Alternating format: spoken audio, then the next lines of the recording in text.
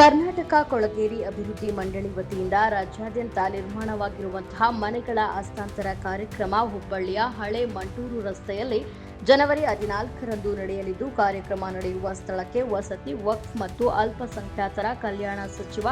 ಜಮೀರ್ ಅಹಮದ್ ಖಾನ್ ಭೇಟಿ ಪೂರಕ ಸಿದ್ಧತೆಗಳನ್ನು ಪರಿಶೀಲನೆ ಮಾಡಿದರು. ಈ ವೇಳೆ ಸ್ಲಂ ಬೋರ್ಡ್ ಅಧ್ಯಕ್ಷ, ಪೂರ್ವ ಕ್ಷೇತ್ರದ ಶಾಸಕ ಪ್ರಸಾದ ಅಪ್ಪಯ್ಯ, ಹೆಸ್ಕಾಂ ಅಧ್ಯಕ್ಷ ಅಜಂಫೀರ್ ಖಾದ್ರಿ, ಪಾಲಿಕೆ ಆಯುಕ್ತ ರುದ್ರೇಶ್ ಹಗಾಳಿ, ಡಿಸಿಪಿಗಳಾದ ರವೀಶ್ ನಂದಗಾವಿ, ಮಹಾನಗರ ಜಿಲ್ಲಾ ಕಾಂಗ್ರೆಸ್ ಅಧ್ಯಕ್ಷ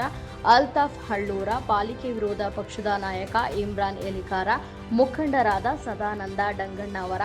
ಮೋಹನ ಅಸುಂಡಿ, ಮುಸ್ತಾಕ ಮುದಾಗಲ್ಲ, ಶರೀಫ್ ಅಧೋನಿ, ವಿಶಾಲ ಅಭಯ, ಸಮ್ಮದ್ ಗುಲ್ಬರ್ಗಾ ಸೇರಿದಂತೆ ಸ್ಲಂ ಬೋರ್ಡ್ ಅಧಿಕಾರಿಗಳು ಇದ್ದರು. ಇಂತಿ ತಮ್ಮ ವಿಶ್ವಾಸಿ ಪ್ರಹ್ಲಾದ ಗೌಡ, ಗೊಲ್ಲಗೌಡರ ಶಾಸಕರ ಆಪ್ತ ಸಹಾಯಕ